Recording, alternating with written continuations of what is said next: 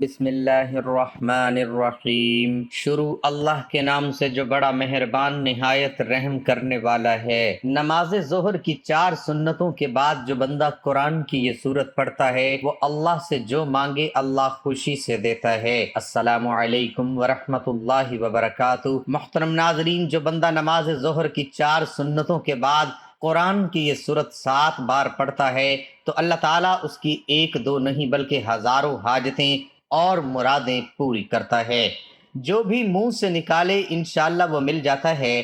ناظرین، حضور نبی کریم صلی اللہ علیہ وسلم فرماتے ہیں کہ جس نے ظہر کی پہلی 4 رکعتیں پڑھی گویا اس نے تہجد کی 4 رکعتیں پڑھیں۔ فجر کی سنت کے بعد ظہر کی پہلی 4 سنتوں کا بہت مرتبہ ہے۔ حدیث میں خاص ان کے بارے میں حضور صلی اللہ علیہ وسلم نے ارشاد فرمایا کہ جو انہیں ترک کر دے گا اسے میری شفاعت نصیب نہ ہوگی۔ تو جو بندہ 4 سنتوں کے بعد یہ سورت پڑھ کر جب دعا کے لیے ہاتھ اٹھائے گا تو وہ جو مانگے گا اسے ملے گا۔ حضرت ابن عباس کا بیان ہے کہ یہ قرآن مجید کی آخری سورت ہے، یعنی اس کے بعد کوئی بھی مکمل سورت حضور صلی اللہ علیہ وسلم پر نازل نہیں ہوئی۔ حضور صلی اللہ علیہ وسلم کو جب یہ خبر دی گئی کہ جب اللہ تعالیٰ کی نصرت آ جائے اور لوگ فوج در فوج دائرہ اسلام میں داخل ہونے لگیں تو اس کا مطلب یہ ہے کہ وہ کام مکمل ہو گیا جس کے لیے آپ کو مبعوث کیا گیا تھا۔ آپ صلی اللہ علیہ وسلم کو حکم دیا گیا کہ اب آپ اللہ تعالیٰ کی تسبیح و تحلیل میں لگ جائیں اور اللہ تعالیٰ کی طرف واپسی کی تیاری کیجیے اور اپنی امت کے لیے استغفار کیجیے۔ آپ دنیا کے سامنے یہ اسوہ پیش کیجئے کہ بڑی سے بڑی کامیابی اللہ تعالیٰ کی تائید اور نصرت کے بغیر ممکن نہیں۔ ایک بندہ بڑی سے بڑی کامیابی کے حصول کے بعد بھی غرور میں مبتلا ہونے کی بجائے ہمیشہ اللہ تعالیٰ سے اپنی کوتاہیوں کی معافی مانگتا ہے کہ جو کچھ میں نے کیا ہے وہ سراسر اللہ تعالیٰ کی عطا و بخشش ہے۔ میرا احساس تو یہ ہے کہ میں وہ کچھ نہ کر سکا جو مجھے کرنا چاہیے تھا۔ ناظرین اکرام، آج ہر انسان پریشان ہے، کسی کو جانی پریشانی ہے تو کسی کو مالی ہوتی ہے، اسی طرح سے کسی کو منصب کی پریشانی ہے تو کسی کو عزت و آبرو کی پریشانی ہوتی ہے۔ امیر اپنی کوٹھی میں پریشان ہے، اسے دولت سنبھالی نہیں جاتی تو غریب جھونپڑی میں کوئی روزگار اور حالات سے نالاں ہے۔ تقریباً ہر آدمی کسی نہ کسی فکر میں اور پریشانی میں مبتلا ہے۔ دلی سکون، قرار اور اطمینان حاصل کرنے کی ہر ایک اپنے ذہن اور اپنی سوچ کے مطابق اپنی پریشانی کی خود تشخیص کر کے ان کے علاج میں لگا رہتا ہے۔ کوئی اقتدار، منصب یا عہدے میں سکون تلاش کرتا ہے، مگر جب اسے مطلوبہ منصب مل جاتا ہے تو پتہ چلتا ہے کہ اس میں تو سکون نام کی کوئی چیز ہی نہیں ہے، بلکہ منصب کی ذمہ داریوں اور منصب کے زوال کے اندیشوں کی صورت میں اور زیادہ تفکرات ہیں۔ کسی نے سمجھا کہ سکون صرف مال و دولت کی کثرت اور پروانی میں ہی پوشیدہ ہے، مگر حقیقت یہ ہے کہ جن لوگوں کو یہ مال و دولت حاصل ہو ان میں سے اکثر کا حال یہ ہے کہ کاروباری تفکرات، ترقی کا شوق، دن بدن بڑھتی ہوئی حرص اور تجارت میں نقصان کے اندیشوں سے ان کی راتوں کی نیندیں حرام ہیں۔ پھر کسی نے رقص کو باعث سکون جانا، مگر وقتی اور عارضی لذت کے بعد پھر بھی بے چینی اور اضطراب برقرار رہتا ہے۔ کسی نے منشیات کا سہارا لیا، مگر اس میں بھی صرف عارضی دل بہلاوا ہی ہوتا ہے، عارضی فائدہ اور دائمی نو انسان۔ کسی نے نت نئے فیشن کر کے دل بہلانے کی کوشش کی مگر سکون و قرار نہ ملا،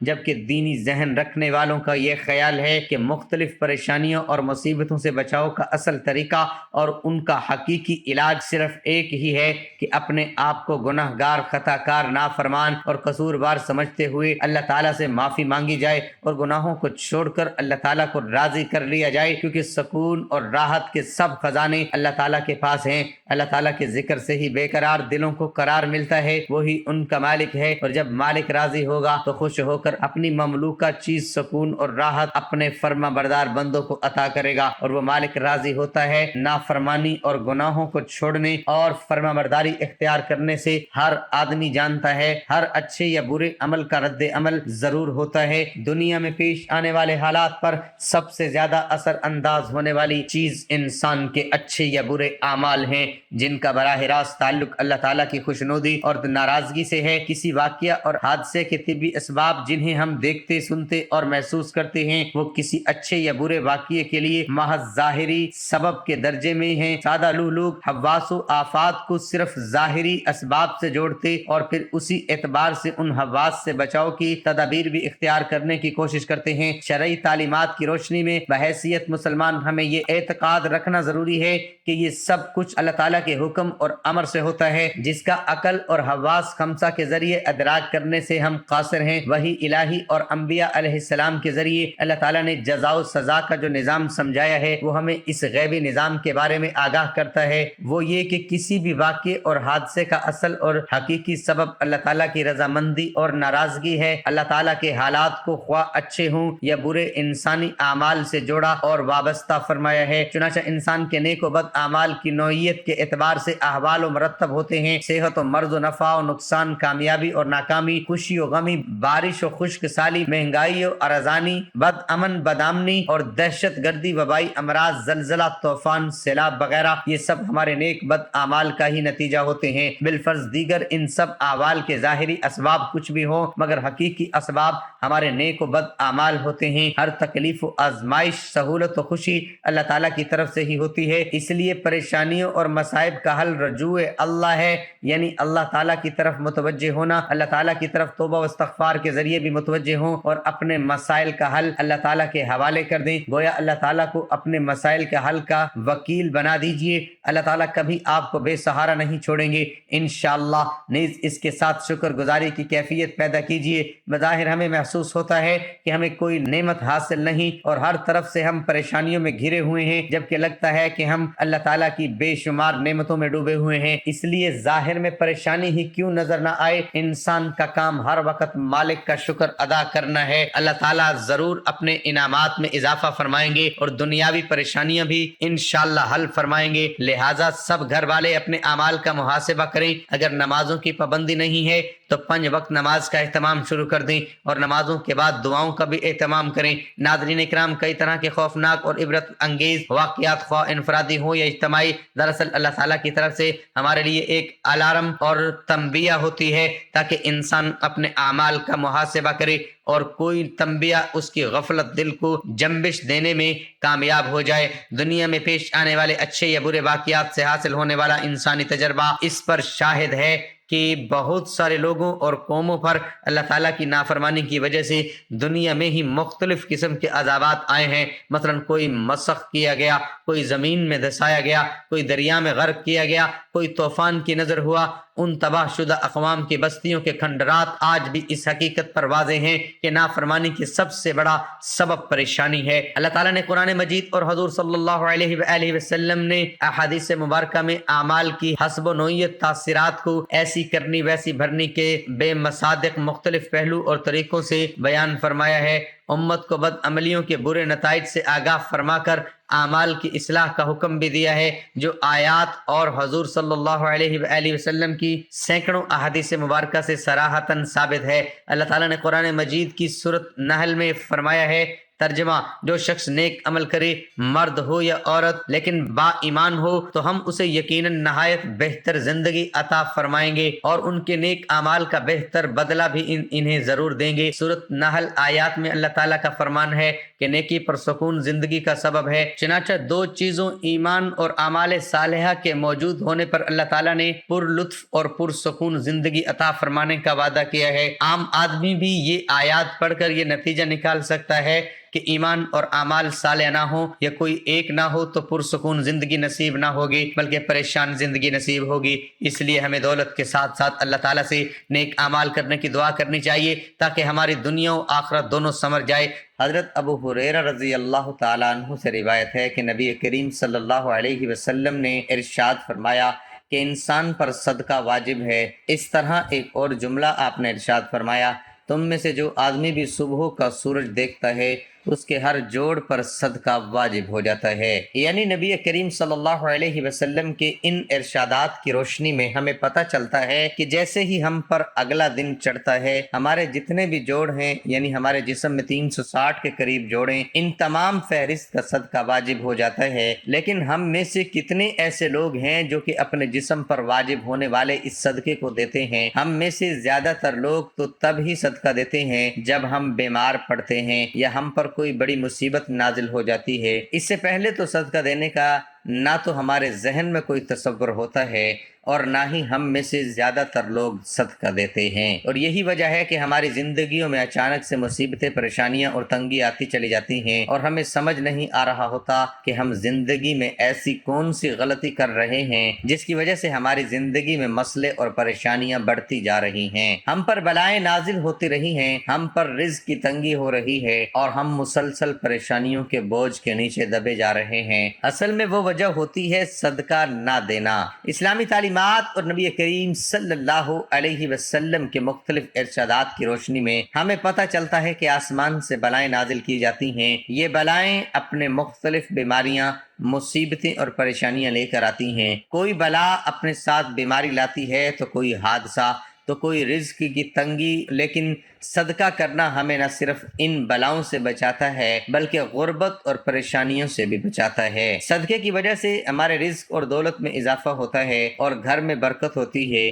اس کے علاوہ ہمیں بھی پتہ چلتا ہے کہ صرف مال خرچ کر کے ہی صدقہ نہیں دیا جاتا، بلکہ اگر آپ کسی کو سلام کرنے میں پہل کرتے ہیں تو بھی صدقہ ہے، پانی پلانا یہ بھی صدقہ ہے۔ اسی طرح صدقہ دینے کے بہت سارے طریقے ہیں، جیسے کہ دو آدمیوں کے درمیان صلح کروا دینا، کسی کو سواری پر چڑھنے میں مدد کرنا، کسی کو اچھی بات بتانا، نماز کے لیے جو آپ قدم بڑھاتے ہیں یہ بھی صدقہ ہے، راستے سے رکاوٹوں اور پتھروں کو ہٹا دیں، دوسروں کو فائدہ پہنچانا، کسی کو دعا دینا، کسی کو پڑھانا یا کوئی چیز سکھانا، کسی کو اچھی بات بتانا، کسی کو مسکرا کر دیکھنا، کسی مصیبت میں پھنسے انسان کی مدد کرنا، وقت نکال کر اپنے ماں باپ کے ساتھ گزارنا، کسی کی طبیعت پوچھنا، کسی کی عبادت کرنا، کسی پریشانی یا آزمائش پر صبر کرنا، نیکی کا حکم دینا اور برائی سے روکنا، کسی کو معاف کر دینا، اس کے باوجود آپ کے پاس اسے سزا دینے کا اختیار ہو، یہاں تک کہ اپنی بیوی کو اپنے ہاتھوں سے کچھ کھلانا اور اس سے پیار محبت کی باتیں کرنا بھی صدقہ ہے۔ صدقہ دینے کے بے حد فضیلت اور فوائد ہیں۔ کہا جاتا ہے کہ بے شک مومن قیامت تک اپنے صدقے کے سائے میں ہوگا۔ بے شک مسلمان ہونے کے ناطے یہ نہ صرف ہمارا ایمان ہے بلکہ عام مشاہدہ اور تجربہ بھی ہے کہ جب ہم اللہ تعالیٰ کی راہ میں خرچ کرتے ہیں، اپنی نیت صاف رکھتے ہیں اور دکھاوا نہیں کرتے، تب اللہ تعالیٰ اس نیکی کو کئی گناہ بڑھا کر ہمیں لوٹا دیتے ہیں۔ اللہ تعالیٰ قرآن مجید میں ارشاد فرماتے ہیں، اے ایمان والو، اللہ کی راہ میں ہمارے دیے ہوئے میں سے خرچ کرو۔ ہم انسانوں کی اوقات کچھ نہیں، نہ ہی ہمارے بس میں کچھ ہے، ہم پر ساری عنایات اس رب کی ہیں جو اس جہان کا مالک ہے۔ یہ اسی ذات کا کرم ہے کہ اس نے ہمیں دینے والوں میں سے بنایا ہے، لہٰذا یہ ہمارا فرض ہے کہ ہم اس عطا کردہ رزق سے غریبوں، مسکینوں، لاچاروں، مجبور، ضرورت مندوں، یتیموں اور بے سہارا لوگوں کی مدد کریں، ان کی ضروریات کا اس طرح ایک خیال کریں جس طرح اللہ سبحانہ و تعالی ہماری ضروریات کا خیال اور ہمارے گناہوں کا پردہ رکھتے ہیں۔ تو اب ہم آپ کو بتاتے ہیں کہ وہ کون سی صورت ہے، تو وہ قرآن پاک کی صورت النصر ہے۔ چھوٹی سی صورت، صرف 3 آیتیں ہیں اس صورت کی، لیکن بہت ہی برکت اور فضیلت والی صورت ہے۔ صورت نصر کی پہلی آیت اذا جاء نصر اللہ والفتح، ایک کی لفظ نصر کو اس صورت کا بیان دیا گیا ہے۔ اس صورت کو پڑھنے سے آپ کے لیے ہر میدان میں کامیابی کے دروازے کھلیں گے، اور لکھا ہے کہ اس صورت کو ہر روز 60 مرتبہ پڑھنے سے انشاءاللہ ہر بلا سے، ہر مصیبت سے محفوظ رہے گا اور فتح اور مدد میسر ہوگی۔ ایک بار میرے ساتھ بھی سورۃ نصر کی تلاوت سماعت فرمائیں تاکہ ثواب ملے۔ بسم اللہ الرحمن الرحیم اذا جاء نصر اللہ والفتح ورأیت الناس يدخلون فی دین اللہ افواجا فسبح بحمد ربک واستغفر انہ کان توابا۔ جب اللہ کی مدد اور فتح آئے اور لوگوں کو تم دیکھو کہ اللہ کے دین میں فوج در فوج داخل ہوتے ہیں، اپنے رب کی ثنا کرتے ہوئے اس کی پاکی بولو اور اس سے بخشش چاہو، بے شک وہ بہت توبہ قبول کرنے والا ہے۔ تو ناظرین، سورۃ نصر کو ظہر کی 4 سنتوں کے بعد صرف 7 مرتبہ روزانہ پڑھنے کا معمول بنا لیں۔ انشاءاللہ جو سوچیں گے ویسے ہی ہوگا، جو مانگو گے وہ ملے گا، بس یقین اور ایمان مضبوط ہونا چاہیے۔ اللہ تعالیٰ زندگی سے ہر چھوٹی بڑی پریشانی کا نام و نشان ختم کر دے گا۔ حضور صلی اللہ علیہ وسلم نے فرمایا، اللہ تعالیٰ فرماتے ہیں میرے ذکر کے لیے وقت نکالو، میں تمہارے کاموں میں برکت عطا کروں گا، ورنہ دنیاوی کاموں کی کثرت ان پر اس قدر مسلط کر دوں گا کہ تمہیں فرصت ہی نہ ہوگی اور سکون سے محروم ہو جاؤ گے۔ ناظرین، اس لیے تھوڑا سا وقت نکال کر اللہ تعالیٰ کا ذکر کیا کریں، نماز پڑھیں، قرآن پاک کی تلاوت کریں، درود پاک پڑھیں، اللہ رب العزت کا ہر حال میں شکر ادا کریں تو اللہ تعالیٰ بہت خوش اور راضی ہوتا ہے۔ اس کے ساتھ ہی حسبنا اللہ و نعم الوکیل کی ایک تسبیح پڑھنی ہے اور اللہ تعالیٰ سے دعا مانگنی ہے۔ ہر طرح کی مشکل و پریشانی میں صرف اللہ تعالیٰ پر ہی توکل کرنا چاہیے اور زبان پر یہ الفاظ لانے چاہیے، حسبنا اللہ و نعم الوکیل، ہمیں اللہ ہی کافی ہے اور وہ بہترین کارساز ہے۔ حضرت ابن عباس رضی اللہ عنہ کا بیان ہے کہ حسبنا اللہ و نعم الوکیل کا کلمہ حضرت ابراہیم علیہ السلام نے اس وقت پڑھا تھا جب انہیں آگ میں ڈالا گیا تو اللہ تعالیٰ نے آگ کو ٹھنڈک اور سلامتی والی بنا دیا، اور یہی کلمہ حضرت محمد مصطفیٰ صلی اللہ علیہ وآلہ وسلم نے اس وقت کہا تھا جب لوگوں نے کہ کفار نے آپ کے مقابلے میں لشکر جرار تیار کیا ہے تو اس سے ڈرو، مگر اس سے آپ کے ایمان میں اور بھی اضافہ ہو گیا، اور آپ نے فرمایا کہ ہمیں اللہ کافی ہے اور وہ بہت اچھا کارساز ہے۔ حضرت ابو ہریرہ رضی اللہ تعالی عنہ نبی کریم صلی اللہ علیہ وآلہ وسلم سے روایت کرتے ہیں کہ آپ صلی اللہ علیہ وآلہ وسلم نے فرمایا کہ ایک تاجر لوگوں کو قرض دیتا تھا، جب کسی کو تنگ دست پاتا تو اپنے نوجوانوں سے کہتا کہ اس کو معاف کر دو، شاید کہ اللہ تعالی ہم لوگوں کو بھی معاف کر دے، چنانچہ اللہ تعالیٰ نے اس کو بھی معاف کر دیا۔ حضرت ابو ہریرہ رضی اللہ عنہ سے روایت ہے کہ رسول اللہ صلی اللہ علیہ وآلہ وسلم کی خدمت میں ایک دیہاتی آیا اور اس نے عرض کیا، اللہ کے رسول صلی اللہ علیہ وآلہ وسلم، مجھے کوئی ایسا کام بتا دیجئے کہ اگر میں اس پر عمل پیرا ہوں تو جنت میں داخل ہو جاؤں گا۔ آپ صلی اللہ علیہ وآلہ وسلم نے فرمایا، اللہ تعالیٰ کی عبادت کرو اور اس کے ساتھ کسی کو شریک نہ کرو، نماز پابندی سے پڑھو اور فرض، زکوٰۃ ادا کرو اور رمضان کے روزے رکھو۔ دیہاتی نے یہ سن کر کہا، قسم اس اللہ کی جس کے دستہ قدرت میں میری جان ہے، میں کبھی اس میں کمی بیشی نہیں کروں گا۔ پھر جب وہ پشت پھیر کر چلا گیا تو رسول اللہ صلی اللہ علیہ وآلہ وسلم نے فرمایا، جس آدمی کو جنتی آدمی دیکھنے سے خوشی ہو تو وہ اس شخص کو دیکھ لے۔ حضرت ابو ہریرہ رضی اللہ تعالی عنہ سے روایت ہے کہ رسول اللہ صلی اللہ علیہ وآلہ وسلم نے فرمایا، جب مسلمان یا مومن بندہ وضو کرتا ہے اور اپنا چہرہ دھوتا ہے تو اس کے چہرے سے پانی کے ساتھ یا پانی کے آخری قطرے کے ساتھ وہ تمام گناہ معاف ہو جاتے ہیں جو اس نے اپنی آنکھوں سے دیکھ کر کیے تھے۔ پھر جب وہ اپنے ہاتھ دھوتا ہے تو پانی کے ساتھ یا پانی کے آخری قطرے کے ساتھ اس کے وہ تمام گناہ معاف ہو جاتے ہیں جو اس کے ہاتھوں نے کیے تھے۔ پھر جب وہ پاؤں دھوتا ہے پانی کے ساتھ یا پانی کے آخری قطرے کے ساتھ اس کے وہ تمام گناہ معاف ہو جاتے ہیں، وہ گناہوں سے پاک صاف ہو جاتا ہے۔ حضرت ابو ہریرہ رضی اللہ تعالی عنہما نے کہا کہ رسول اللہ صلی اللہ علیہ وآلہ وسلم نے بتلایا کہ اللہ فرماتا ہے کہ 3 قسم کے لوگ ایسے ہیں جن کا قیامت میں میں خود مدعی بنوں گا۔ ایک تو وہ شخص جس نے میرے نام پر عہد کیا اور پھر وعدہ خلافی کی، دوسرا وہ جس نے کسی آزاد آدمی کو بیچ کر اس کی قیمت کھائی، اور تیسرا وہ شخص جس نے کسی کو مزدور کیا، پھر کام تو اس سے پورا لیا لیکن اس کی مزدوری نہ دی۔ بندے کی دعا اس وقت تک قبول ہوتی رہتی ہے جب تک کہ وہ گناہ یا صلہ رحمی کے خلاف دعا نہ کرے اور جب تک وہ جلد بازی کا مظاہرہ نہ کرے۔ صحابہ رضی اللہ عنہم اجمعین نے عرض کیا، جلد بازی کرنا کیا ہے اے اللہ کے رسول؟ تو ارشاد فرمایا، جلد بازی یہ کہنے لگے، میں نے دعا کی اور دعا کی لیکن مجھے اپنی دعا کی قبولیت ہوتی ہوئی دکھائی نہیں دیتی، بس پھر وہ حسرت کا شکار ہو جاتا ہے اور دعا کرنا چھوڑ دیتا ہے۔ حضرت ابو ہریرہ رضی اللہ عنہ سے روایت ہے کہ رسالت مآب صلی اللہ علیہ وآلہ وسلم نے فرمایا، جس نے سورج کی مغرب سے طلوع ہونے سے پہلے توبہ کر لی تو اللہ اس کی توبہ قبول کر لیں گے۔ اللہ تعالیٰ سے دعا ہے کہ اے کل جہاں کے مالک، ہم سب کو نماز اور قرآن پاک پڑھ کر تیرا شکر ادا کرنے اور بہتر عمل کرنے کی توفیق دے۔ ناظرین، کمنٹ باکس میں آمین لکھ کر ویڈیو کو لائک اور شیئر ضرور کر دینا۔ جزاک اللہ۔